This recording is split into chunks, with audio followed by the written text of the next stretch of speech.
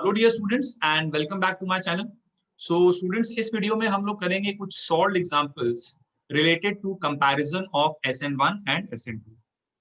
इससे related theory हम लोग इससे पहले वाले प्रीवियस वीडियो में कवर कर चुके हैं based upon the comparison of SN1 and SN2। यहाँ पर हम लोग कुछ क्वेश्चंस करने जा रहे हैं based upon the theory which we have studied. ठीक है, नंबर ऑफ क्वेश्चंस मैंने जानबूझकर थोड़े ज्यादा लिए हैं बिकॉज नॉर्मल क्लासरूम में मैं इतने सवाल नहीं करवाता हूँ, मतलब करवाता हूँ बट इतने ज्यादा एग्जाम्पल्स नहीं लेता हूँ। क्योंकि उसका रीजन भी है कि नॉर्मल क्लासरूम में बच्चे के पास हमेशा एक ऑप्शन होता है कि वो जब भी चाहे मुझसे डाउट पूछ सकता है। ठीक है, बट यहाँ पर ये थोड़ी सी डिफरेंट सिचुएशन है। तो इन वीडियोस को जो मैं बना रहा हूँ they are very very exhaustive in nature. जितना भी अलग अलग टाइप के एग्जाम्पल्स हो सकते हैं, जो भी अलग अलग टाइप के कॉन्सेप्ट हो सकते हैं, वो सब आपको कहीं ना कहीं थ्योरी के फॉर्म में या क्वेश्चन के फॉर्म में जरूर मिल जाएंगे। ठीक है, तो इस चीज को ध्यान में रखते हुए कि आपके पास मुझसे डाउट पूछने के माध्यम रिलेटिवली कम है, मतलब ऐसा नहीं कहूंगा कि जीरो है, बट हाँ रिलेटिवली कम है as compare to a normal classroom. So keeping this in mind, I have kept the number of examples large and I have tried to include each and every concept. है ना, जो भी अलग, मतलब concept तो क्या बहुत छोटा सा ही, जो भी अलग अलग टाइप के क्वेश्चन हो सकते थे जिसमें शायद आप अगर करते तो आपको डाउट आता, तो उन सभी चीजों को मैंने on the basis of my experience कि बच्चों को कहाँ कहाँ पर डाउट आता है, तो वो सभी चीजें मैंने वीडियोस में ही कवर करने की कोशिश की है। तो आइए स्टूडेंट, ज्यादा टाइम ना लेते हुए स्टार्ट करते हैं। फर्स्ट क्वेश्चन से, we have to compare the rate of SN1। हम लोगों को SN1 का रेट कंपेयर करना है इन गिवन सिचुएशंस में। ठीक है, तो आइए देखिए पहला एग्जांपल देखते हैं। यहाँ पर हमारे पास है टर्शियरी ब्यूटाइल क्लोराइड और इसको हमने वाटर में मिला दिया। Water is a polar protic solvent, AK1 की बात कर रहा हूँ। और 2 में देखिए तो we have tertiary butyl bromide और इसको भी हम लोगों ने वाटर में मिला दिया। तो water we all know is a polar protic solvent. तो इन दोनों ही सिचुएशंस में स्टूडेंट SN1 रिएक्शन होने वाली है, क्योंकि 3 डिग्री का है। खैर वैसे अभी तो ये सोचना नहीं है क्योंकि क्वेश्चन में लिखा ही हुआ है कि कंपेयर रेट ऑफ SN1। ठीक है, तो बच्चों इन दोनों में क्या डिफरेंस है 1 में और 2 में? The only difference is of the leaving group. यहाँ पर क्लोरीन है, यहाँ पर ब्रोमीन है। एंड वी ऑल नो कि chlorine is a we all know that bromine is a better leaving group.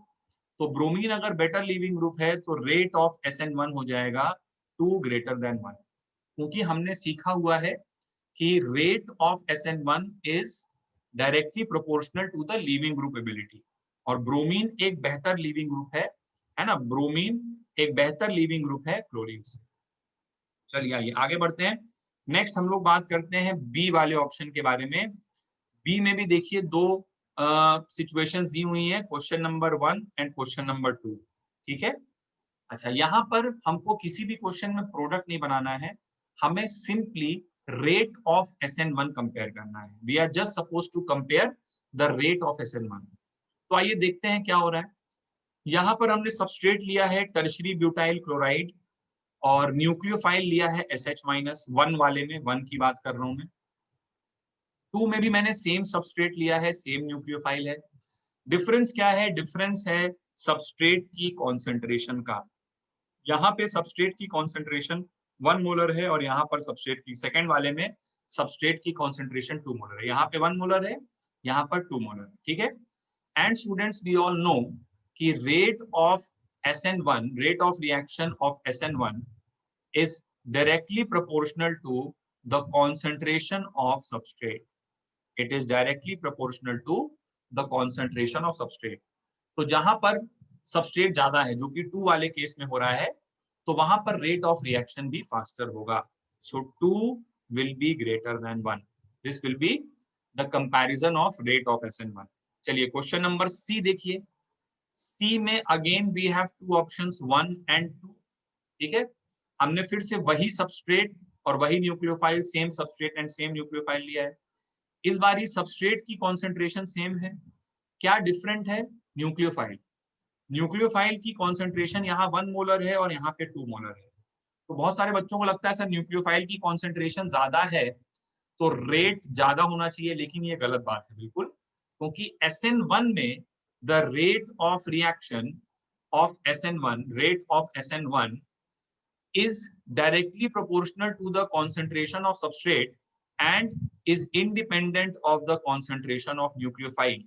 तो SN1 का रेट ना तो न्यूक्लियोफाइल की कॉन्सेंट्रेशन पे और ना ही न्यूक्लियोफाइल की स्ट्रेंथ पे डिपेंड नहीं करता है, मतलब ना तो कॉन्सेंट्रेशन पे डिपेंड करता है ना ही स्ट्रेंथ पे डिपेंड करता है।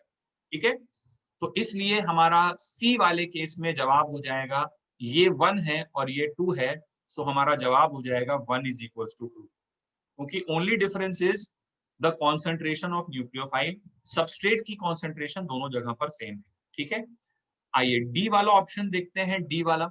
सो डी में भी again we have two questions 1 and 2, two situations दी हुई हैं। यहाँ पर देखिए बच्चों, हमें 1 वाले में देखिए टर्शियरी ब्यूटाइल क्लोराइड दिया हुआ है। ठीक है, 1 वाले की बात कर रहा हूँ, 1 में आप फोकस करिए। 1 में हमें टर्शियरी ब्यूटाइल क्लोराइड दिया हुआ है और इसे हमने पानी में मिलाया। ठीक है, और 2 में अगर आप आ जाओ, ठीक है, if you come to 2, just a moment, 2 में अगर आप आ जाओ तो यहाँ पे हमने क्लोरोबेंजीन लिया हुआ है। अच्छा, क्लोरोबेंजीन का स्ट्रक्चर सबको याद है। क्लोरोबेंजीन में क्या होता है, बेंजीन रिंग है और क्लोरीन लगा हुआ है। ठीक है, तो भाई यहाँ पर क्या हो रहा है, रेजोनेंस हो जाता है ना, पाई सिग्मा लोन पेयर। ठीक है, this pi converts to lone pair and lone pair converts to pi. तो यहाँ पर डबल बॉन्ड कैरेक्टर आता है, इसलिए इसमें तो ना तो SN1 होता है और ना ही SN2 होता है। ठीक है, या होता भी तो बहुत कम रेट से होता है। यहाँ पे तो काफी स्टेबल कार्बोकैटायन बनेगा 1 वाले में, तो rate of SN1 will be faster. ठीक है, तो इन दोनों को अगर कंपेयर किया जाए तो आंसर हो जाएगा 1 ग्रेटर देन 2। इन दोनों को अगर कंपेयर करें तो answer will be 1 greater than 2। Clear है बात ये? भाई इसमें तो SN1 SN2 होता ही नहीं है, मतलब होगा भी तो बहुत स्लो रेट से होगा। मतलब 20 करोड़ में से कोई एक आध मॉलिक्यूल में मान लो क्लोरीन निकल गया, इन जनरल तो नहीं निकलने वाला है, क्योंकि डबल बॉन्ड कैरेक्टर यहाँ पे आ जाता है, ये बात मालूम है आपको। चलिए मूविंग ऑन, नेक्स्ट हम लोग देखते हैं क्वेश्चन ई वाला देखते हैं। ई में भी 2 ऑप्शंस दिए हुए हैं, 1 एंड 2। 1 में देखिए सबस्ट्रेट है PHCH CH3Cl, और यहाँ पर भी वही सेम सबस्ट्रेट है, so the substrate is same in both the cases. ठीक है, डिफरेंस क्या है भाई, डिफरेंस है हमने यहाँ पर लिया है 100% वाटर और यहाँ पर लिया है 80% वाटर एंड 20% इथेनॉल, ये डिफरेंस है। तो अब SN1 कैसे चेंज हो जाएगा भाई, SN1 is favoured by polar protic solvent, ये बात हमें पता है, क्योंकि जो लीविंग ग्रुप अनायन की तरह निकलेगा उसका सॉल्वेशन करता है और उस सॉल्वेशन से स्टेबलाइजेशन होता है, हमने SN1 की कैरेक्टरिस्टिक्स में पढ़ा है। यहां से भी क्लोरीन निकलेगा लीविंग ग्रुप। ठीक है, अच्छा अभी क्या है कि वाटर देखो एक ज्यादा पोलर सॉल्वेंट है, मतलब जैसे फिजिक्स में एक प्रॉपर्टी होती है, अगर तुमने सुनी हो, डाइलेक्ट्रिक कांस्टेंट। तो वाटर के अंदर क्या है, डाइलेक्ट्रिक कांस्टेंट ज्यादा है, या ऐसे भी समझ सकते हैं कि पानी के पास देखो पोलर प्रोटिक सॉल्वेंट अनायन का सॉल्वेशन करता है। कैसे करता है, ये जो हाइड्रोजन होते हैं डेल्टा प्लस वाले, इनसे जाकर के H बॉन्डिंग कर लेता है। ठीक है, तो पानी के पास सॉल्वेशन करने की ज्यादा पावर है, क्योंकि पानी के स्ट्रक्चर को अगर आप ध्यान से एनालाइज करो तो पानी के स्ट्रक्चर में मेरे प्यारे बच्चों there are 2 hydrogen atoms which can do H bonding with the negatively charge anion. समझ में आती है बात ये? तो पानी एक ज्यादा फेवरेबल सॉल्वेंट है as compare to ethyl alcohol, जिसमें एक ही हाइड्रोजन है जो H बॉन्डिंग कर सकता है।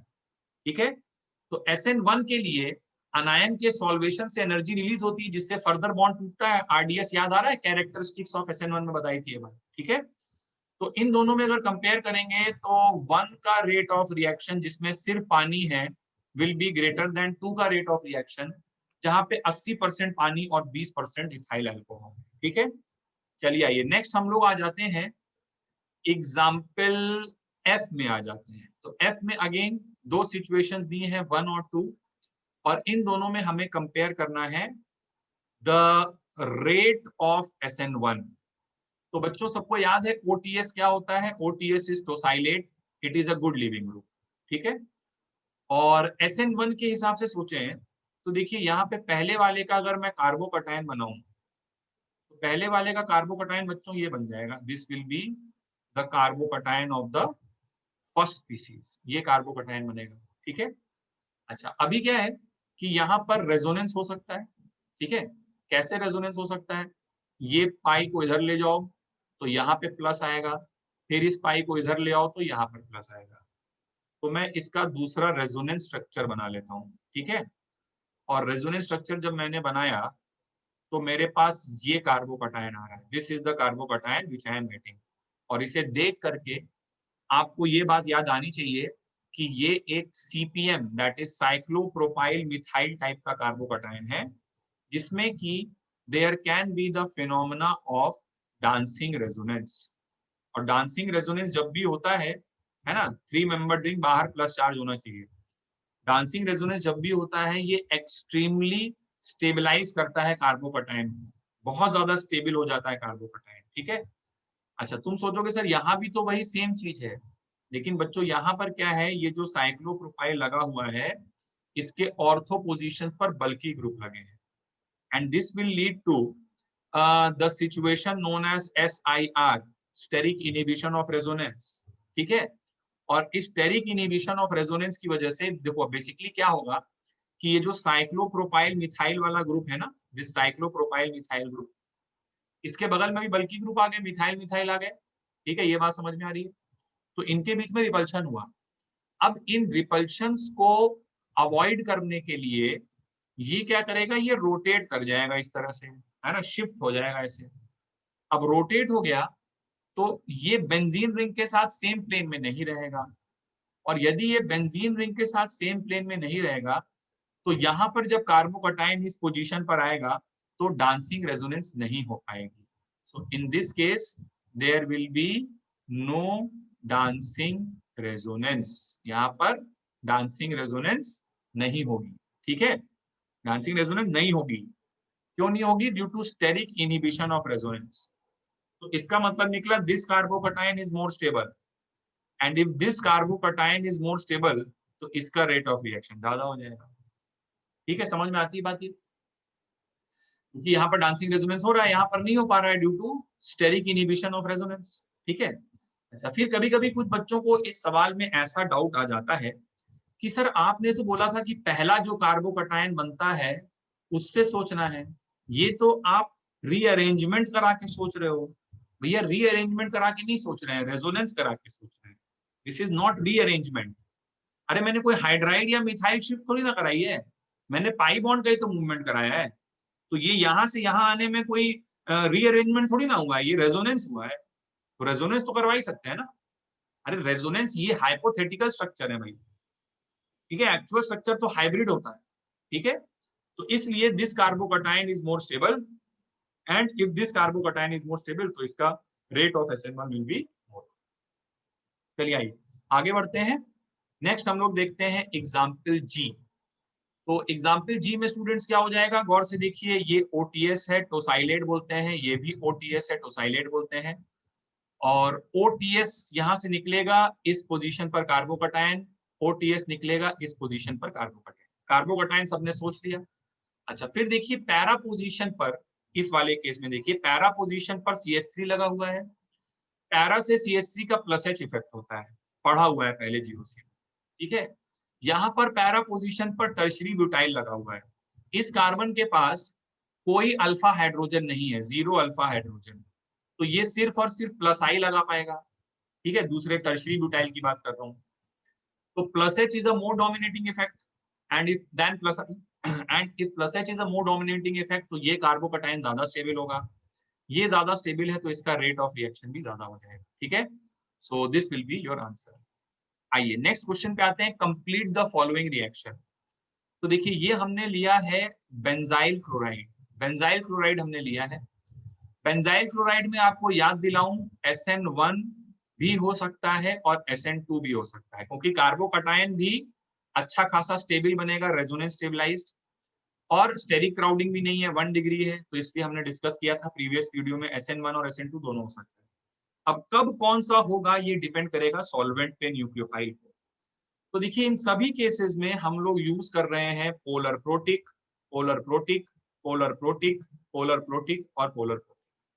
तो हर केस में जो रिएक्शन का मोड होने वाला है that will be SN1, SN1, SN1, SN1 and SN1। Her case में SN1 रिएक्शन होने वाली है।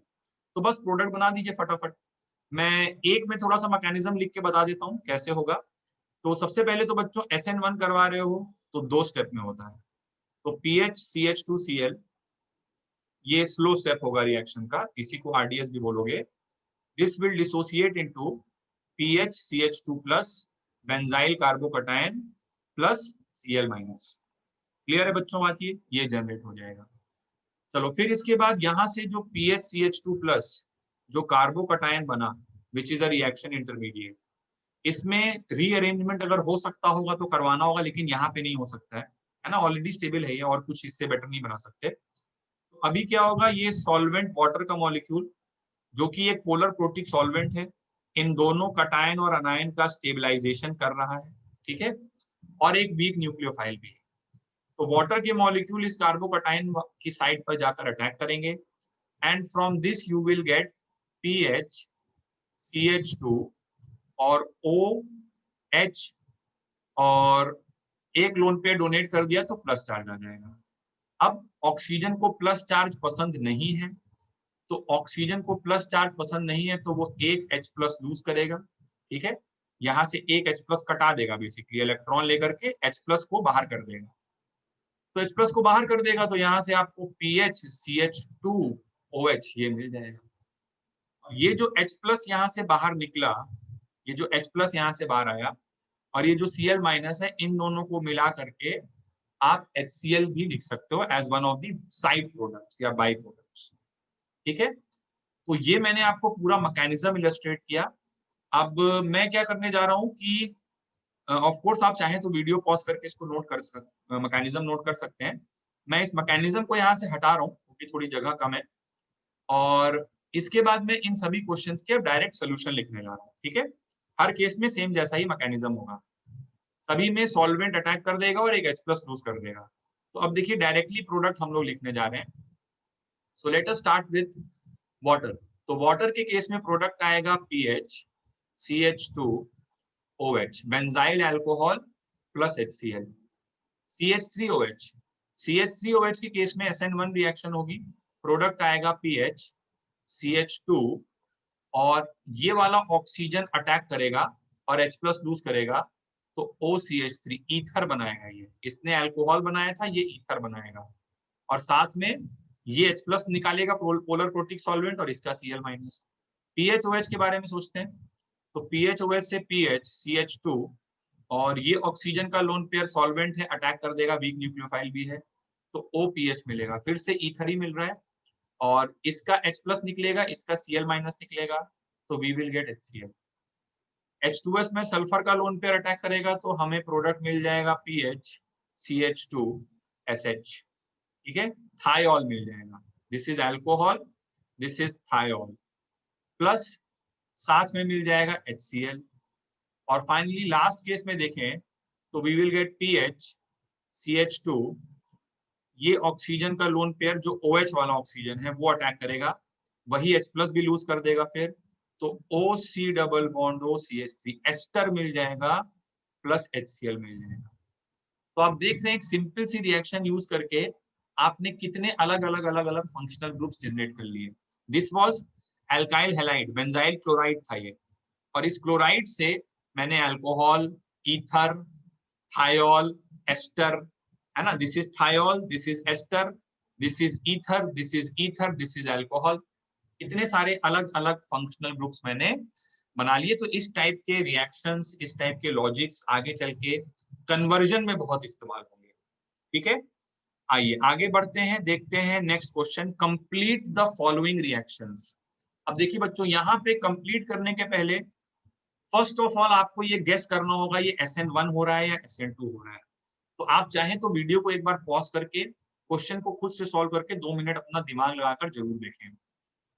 तो देखिए यहाँ पे मुझे क्या दिख रहा है भाई, सबसे पहले पानी है, पानी है polar protic solvent, weak nucleophile, ठीक है। अच्छा फिर देखिए यहाँ पर है ये कार्बन, एक कार्बन से इधर जुड़ा है, एक कार्बन से इधर जुड़ा है, ये रहा मेरा लीविंग ग्रुप, ठीक है। तो this is a 2 degree alkyl halide. 2 degree को पोलर प्रोटिक सॉल्वेंट में वीक न्यूक्लियोफाइल में डाला तो my dear students the mode of the reaction will be SN1, ठीक है। और यदि SN1 होगा तो पहले ये क्लोरीन निकल जाएगा, इस पोजीशन पर कार्बोकैटायन आ जाएगा जो कि प्लेनर होगा, sp2 होगा, और फिर उस कार्बोकैटायन पर पानी के मॉलिक्यूल्स आकर अटैक करेंगे और H प्लस लूज करेंगे, तो उससे जो प्रोडक्ट बन रहा है वो प्रोडक्ट एक कायरल प्रोडक्ट बन रहा है। तो SN1 में रेसिमाइजेशन होता है, इसलिए हमें दोनों प्रोडक्ट R और S बनाने पड़ेंगे। ठीक है, सो ये एक रेसिमिक मिक्सचर बन जाएगा। This will be my final answer. क्यों ये फाइनल आंसर है? क्योंकि SN1 हुआ है। तो आई होप अब आपको समझ में आ गया होगा कि क्यों ये बात इंपॉर्टेंट हो जाती है डिसाइड करना कि SN1 है SN2 है। क्योंकि SN1 हो रहा है तो तुम्हें मालूम है रीअरेंजमेंट भी करवाना पड़ सकता है। ठीक है, SN1 में रीअरेंजमेंट भी होता है इफ पॉसिबल। चलो अगला देखो। Again students, this is a 2 degree alkyl halide. यहाँ पे देखिए क्लोरीन है, आगे की ओर निकल के आ रहा है, इन फ्रंट आ रहा है, प्रोजेक्ट कर रहा है बाहर। 2 डिग्री को पानी में डाल दिया, पानी इज पोलर प्रोटिक सॉल्वेंट, और 2 degree polar protic solvent weak nucleophile, तो SN1 होगा। SN1 अगर होगा तो पहले क्लोरीन निकल जाएगा और ये कार्बोकैटायन जनरेट होगा। अभी क्या इसमें रीअरेंजमेंट कराने की कोई आवश्यकता है? नहीं, रीअरेंजमेंट करा के और स्टेबल नहीं बना सकते। अब इसके बाद इस पर पानी के मॉलिक्यूल जो कि सॉल्वेंट भी हैं, इसलिए ऐसी रिएक्शंस को क्या बोलते हैं? सॉल्वोलिसिस।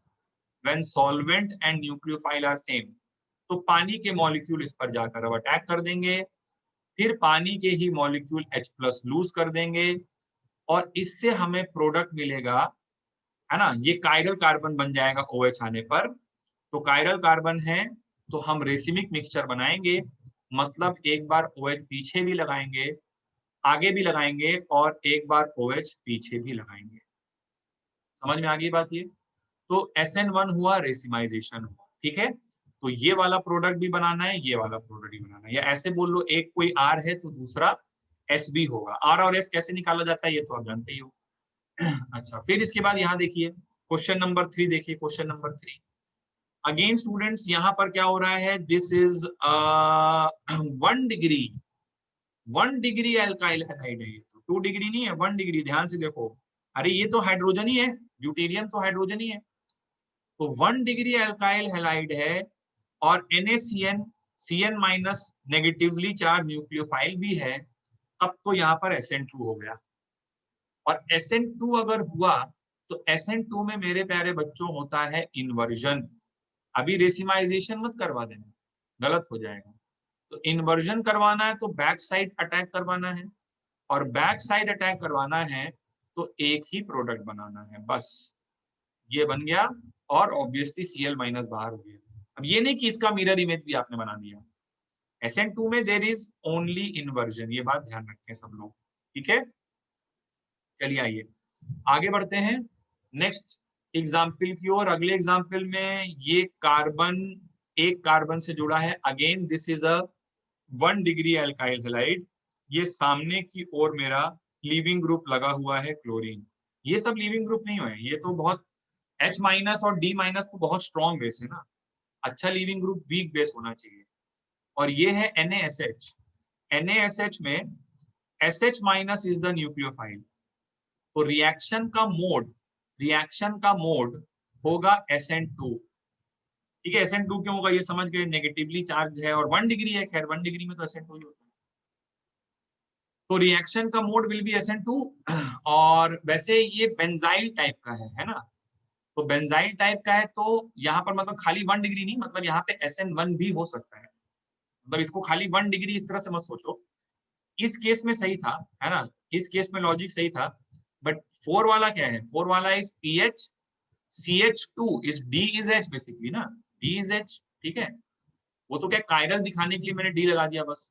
तो PH CH2Cl, तो ये बेंजाइल वाला है। बेंजाइल में कार्बोकैटायन भी काफी स्टेबल होता है। ठीक है, तो यहाँ पर दोनों हो सकता है, लेकिन तुमने नेगेटिवली चार्ज लिया है। ठीक है, तो बच्चों SN2 होगा। और यदि SN2 होगा so there will be an inversion in configuration, there will be an inversion in configuration. और इन्वर्जन इन कॉन्फ़िगरेशन मतलब बैक साइड अटैक।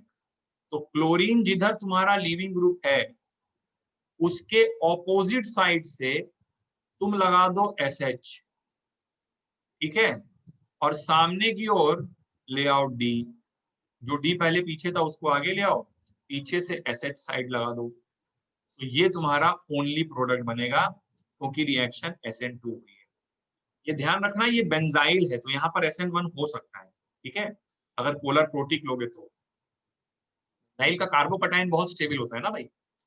चलिए ये देखिए फटाफट फटाफट क्या हो जाएगा यहाँ पे। ये दिख रहा है मुझे OTS। OTS is a very good leaving group. इस कार्बन को देखिए, ये कार्बन एक और कार्बन से जुड़ा है, कोई एरोमेटिक रिंग वगैरह नहीं है, तो ये तो सिंपल 1 डिग्री जैसा है।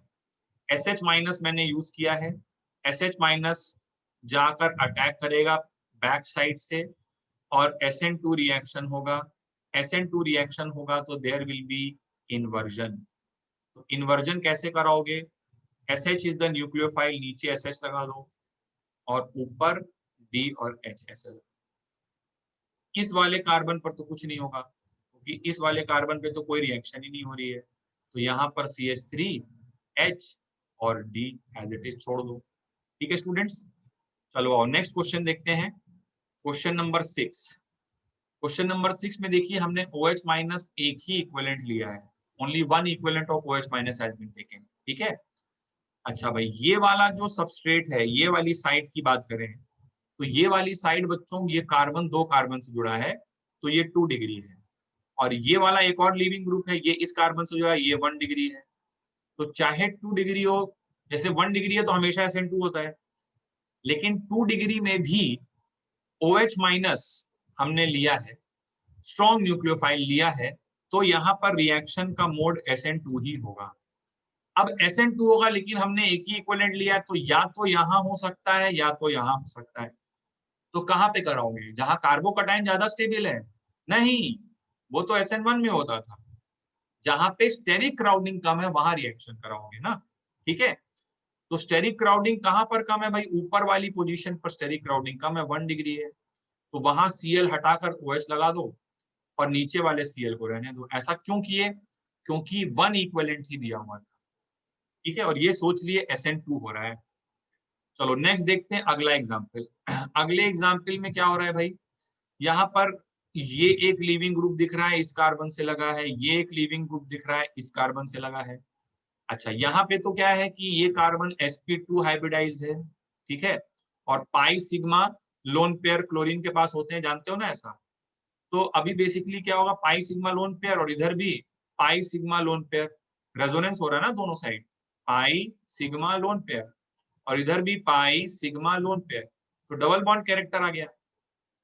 तो डबल बॉन्ड कैरेक्टर आ गया तो अभी ये क्लोरीन और ये दोनों क्लोरीन लिविंग ग्रुप की तरह नहीं जाएगा।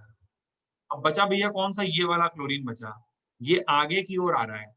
अच्छा, ये क्लोरीन इस कार्बन से जुड़ा है और ये कार्बन खुद दो कार्बन से जुड़ा है, 2 डिग्री है। OH माइनस तुमने लिया है, स्ट्रॉन्ग न्यूक्लियोफाइल लिया है, नेगेटिवली चार्ज, ठीक है, स्ट्रॉन्ग न्यूक्लियोफाइल नेगेटिवली चार्ज लिया है, तो रिएक्शन क्या होगी सोचिए, SN2 होगी। ये एक्चुअल एक जेई में आया हुआ सवाल है। और SN2 रिएक्शन होगी तो there will be inversion in configuration, ठीक है, और इन्वर्जन इन कॉन्फ़िगरेशन अगर होगा तो ये दोनों तो एज इट इज पड़े रहेंगे। अच्छा, इनमें तो ऐसा डाउट नहीं आ रहा है कि सर इसको आगे पीछे क्यों नहीं लगाया, अरे ये तो प्लेनर है ना भाई, तो ये थोड़ी ना आगे पीछे, ये तो इसी प्लेन में रहेगा जिस प्लेन में है मॉलिक्यूल, मतलब ये आगे पीछे वाला बॉन्ड नहीं है। कुछ लोग सोच लेंगे, चलो ये इसको ऐसी, हाँ बस ठीक है। और यहाँ पर क्या होगा, यहाँ पर आ जाएगा OH, बस हो गया, दैट्स इट। चलो अगला क्वेश्चन देखो। इसमें देखो भाई क्या होगा, दिस इज योर न्यूक्लियोफाइल, ये न्यूक्लियोफाइल है, ठीक है। अच्छा, अभी क्या है बच्चों कि ये वाले Br पे तो रिएक्शन होगा नहीं क्योंकि यहाँ पर डबल बॉन्ड कैरेक्टर है, डायरेक्टली बेंजीन रिंग से जुड़ा है, ठीक है।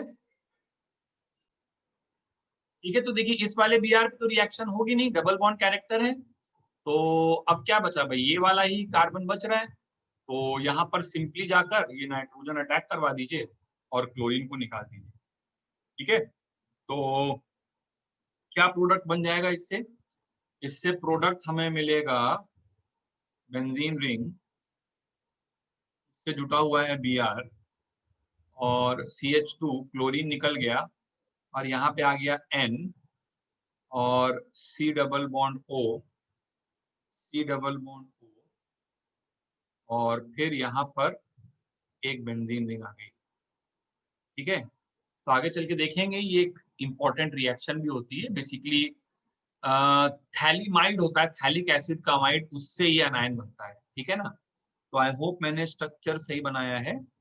हाँ, नाइट्रोजन से C double bond O, C double bond O और बेंजीन। हाँ ठीक है, तो ये प्रोडक्ट आपको मिल जाएगा बच्चों। ठीक है, चलो कुछ क्वेश्चन और हैं, एक दो। चलो यहाँ देखो, यहाँ पे हमने लिया इस मॉलिक्यूल को और यहाँ पे सभी जो लिविंग ग्रुप्स लगे हुए उन पे फोकस करो पहले। क्लोरीन, क्लोरीन और क्लोरीन। ठीक है, ध्यान से देखो, अच्छा सवाल है ये। अच्छा, ये भी है 2 डिग्री, ये भी है 2 डिग्री और ये भी है 2 डिग्री। इसको हमने एक्सेस में लिया है। ठीक है, और पोलर प्रोटिक सॉल्वेंट लिया है। तो 2 डिग्री और पोलर प्रोटिक सॉल्वेंट, ठीक है, तो रिएक्शन किस मोड से जाएगी?